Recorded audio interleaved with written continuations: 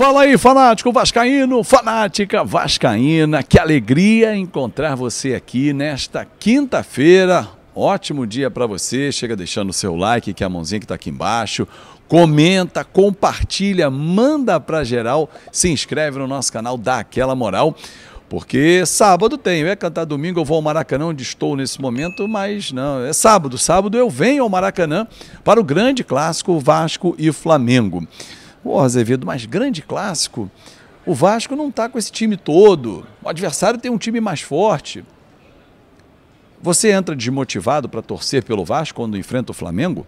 Você joga a toalha? Você entrega os pontos? Se você faz isso, você é frouxo. Você não é Vasco. Porque o torcedor do Vasco tem que apoiar, meu garoto. Esquece. Ué, mas eles têm um time melhor. Ok. Quer que eu lembre aqui, aproveitar que é quinta-feira, quantas vezes o Vasco, com um time melhor do que o Flamengo, perdeu? Aqui mesmo, no Maracanã, em 1989. Ano do Vasco, campeão brasileiro, né? O bicampeonato. Bugica. É só pegar, tá aqui no YouTube, gente. Time do Flamengo, Zico, meia bomba. Era um bom time do Flamengo, mas um time envelhecido, com grandes nomes, mas envelhecido. E o Vasco voando. Bebeto tinha trocado o Flamengo pelo Vasco, voava. E aí o Bugica, um garoto que veio da base, 2-0 em cima da gente. Final da história a gente sabe, o Vasco campeão brasileiro, com gol de um garoto, que foi o Sorato, né, na época. Mas assim, ali o Vasco era muito mais time que o Flamengo. Quer outro exemplo? Em 92, quadrangular. É só pegar o quadrangular. O Vasco era mais time que o Flamengo no quadrangular. Mas perdeu o confronto e foi eliminado. Então assim, torcedor, desculpa, quem morre de véspera é o peru. Eu venho para o jogo, vou narrar, vou empurrar o time e vou acreditar. Elogiar, criticar, isso vai fazer parte da torcida, que está muito machucada, está revoltada, pedindo saída de A, B ou C, mas, cara, não é assim que funciona. Porque não dá para mudar todo mundo de um jogo para o outro. Manda todo mundo embora depois, acabou o contrato todo mundo. Não é assim. Aliás, falando em contrato, Payet tem contrato com o Vasco até o dia 5 de maio. Payet é dúvida para esse jogo de sábado aqui no Maracanã. E aí ontem, conversando com pessoas do Vasco, perguntava, e aí, o Vasco vai renovar e tal? Tem essa questão fora de campo, né, essa acusação que ele está sofrendo, que ele vai se defender, e todo cidadão tem o direito à ampla e restrita defesa. E a pessoa me falou, cara, tá nas mãos do Payet. Até porque assim, ele está fisicamente mais fininho, né? Tá no melhor da forma física dele. É um cara que ficar no banco de reservas para o Coutinho não incomoda. Ele já entendeu que o Coutinho está melhor do que ele. Agora, depende da parte salarial dele também. Uma redução, porque o atual contrato não dá para esticar com os mesmos valores e muito menos o prazo, né? Vai até o final do ano, mas pelo mesmo valor? Não há condições. O Vasco não consegue pagar. Mas aí eu perguntei, essa questão toda, essa investigação que vai acontecer e tal, ele falou, aí o Vasco vai colocar uma cláusula de proteção, o que é normal.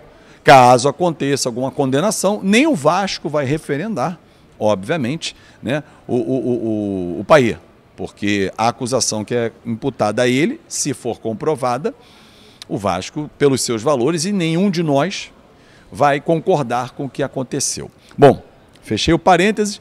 Falei do Coutinho. Coutinho está de volta à equipe do Vasco. Nesse sábado, um jogador importante, assim como o Tietê, peças que fizeram falta diante do Ceará. Mas o que fez mais falta diante do Ceará foi o mesmo que fez falta contra o Corinthians. Intensidade, vontade, o querer representar a camisa do Vasco. Isso faltou. Mas contra o Sport não faltou. Mas não pode, um jogo tem, outro jogo não tem. Um jogo entra de qualquer forma, outro jogo... Não. Tem que defender e honrar a camisa. Como disse lá o Carille na coletiva, que ficou muito insatisfeito, incomodado com a postura do time, porque representa uma história centenária, um clube gigante. E é verdade. E você, torcedor, tenho certeza que quer se sentir assim, representado dentro das quatro linhas. E aí eu volto lá na frase do presidente, do Pedrinho, quando ele diz, olha, ganhar ou perder é do jogo.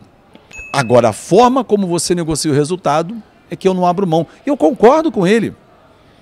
Ganhar ou perder, do jogo, perder um gol, fez um gol contra, isso vai acontecer.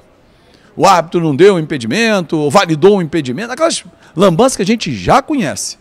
Agora, a forma como você negocia o resultado... Ah, mas jogou como nunca, perdeu como sempre. O torcedor não se sente envergonhado. O que os jogadores não podem fazer é envergonhar o torcedor. Envergonhar de que forma? Jogando... Pô, já entrei pro jogo com o Flamengo, já sei que eu vou perder, o time deles é melhor, disputa os títulos. Não! Não, meu amigo. Lutar. 11 contra 11.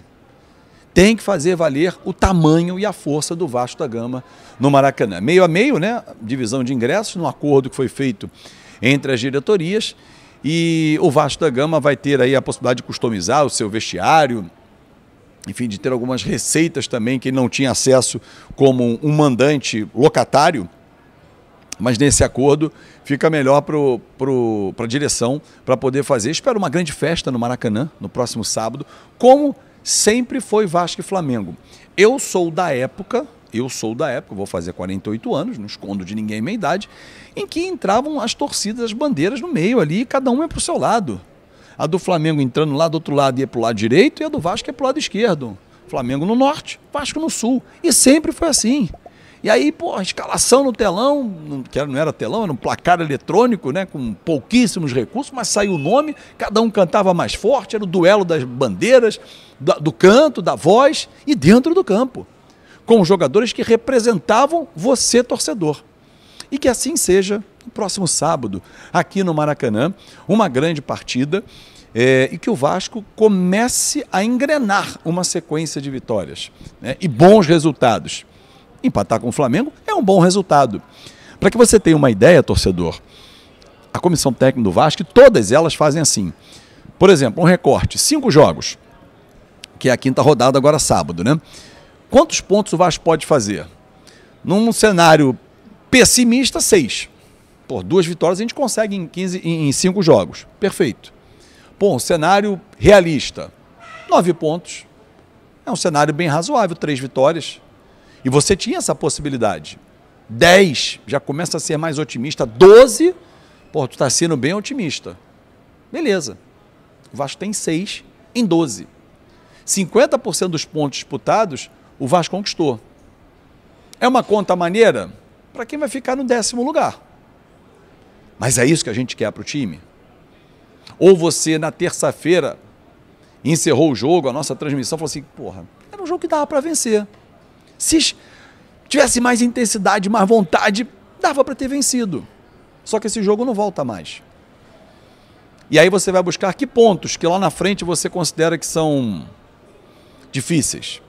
Contra o Palmeiras fora, contra o São Paulo fora, contra o Galo fora, o Cruzeiro fora. Esses são pontos que você já ou perde o empate e é do jogo. Ganha aqui, perde lá, é isso.